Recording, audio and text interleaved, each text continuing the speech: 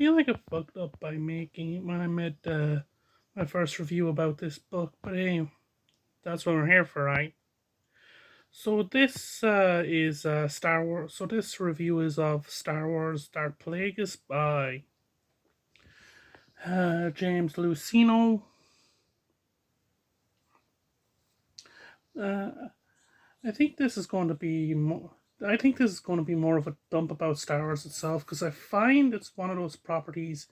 It's hard to talk about the expanded universe without like including some of your fondness for the property itself. Like because yeah, like I've been a fan of the property since I was 7, and like this is kind of the first time I'm thinking of jumping into the expanded universe. And like mostly why it took so long is because I heard it's like the expanded universe is like good and full of good stuff. But at the same time, it's kind of like why Harry Potter and the Prisoner of Azkaban is the best Harry Potter movie, but the worst Alfonso Cuarón movie, if that makes sense. Makes sense.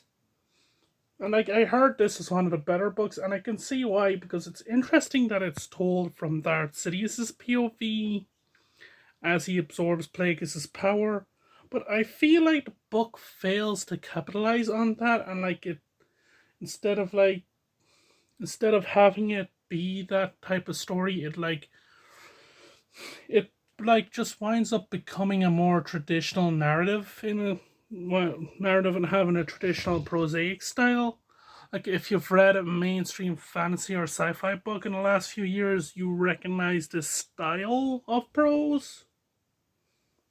But yet, like I think the relationship between the two characters is fascinating. It's fascinating, even if I feel some of it can be limited by Star Wars' very black and white view of morality. Whereas, like, you're either good or evil, or you're nothing in between. You're nothing in between. And, like, I find the relationship of, like, how they're different, how Sidious and Plagueis' different fundamental philosophies clash kind of fascinating in a way. Like, because you have this, like, kind of sense of like Plagueis has a very Darwinian view of the world, and Sidious has a very nihilistic view, where it's like powers for power's sake. And like you kind of have that interplay within like the Sith, which like to me at the after post Andor feels very fascist. Or is that just the Empire in general? General, but yeah, at the same time, I find the Star Wars view of I find the fact that it has to be like Star Wars very restrictive because again, I think some of it comes back to me wanting it to lean into a more like there is that body horror that I've always wanted from a Sith story that I think the book rarely that Star Wars as a property rarely delivers on, which is kind of the disappointing aspect of the Acolyte to me. Like all the Sith were attractive in that show, and it's like I don't want that, at least for me. Mm. But then like as a book aimed at 15-year-olds, I think it does an interestingly enough job with what it has to with what it has to go what it has to go through and convey, and like at the end of the day, like I feel like Star Wars is like still Star Wars, even if it's bad Star Wars. I'm going to enjoy it anyway. And like I did enjoy like a lot of the Coruscantian machinations of a young Palpatine. So it has that going for it at least.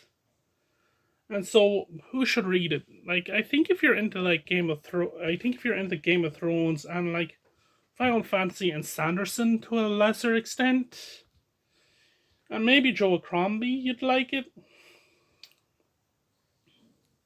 You'd like it because it has that kind of like it has that kind of energy about it.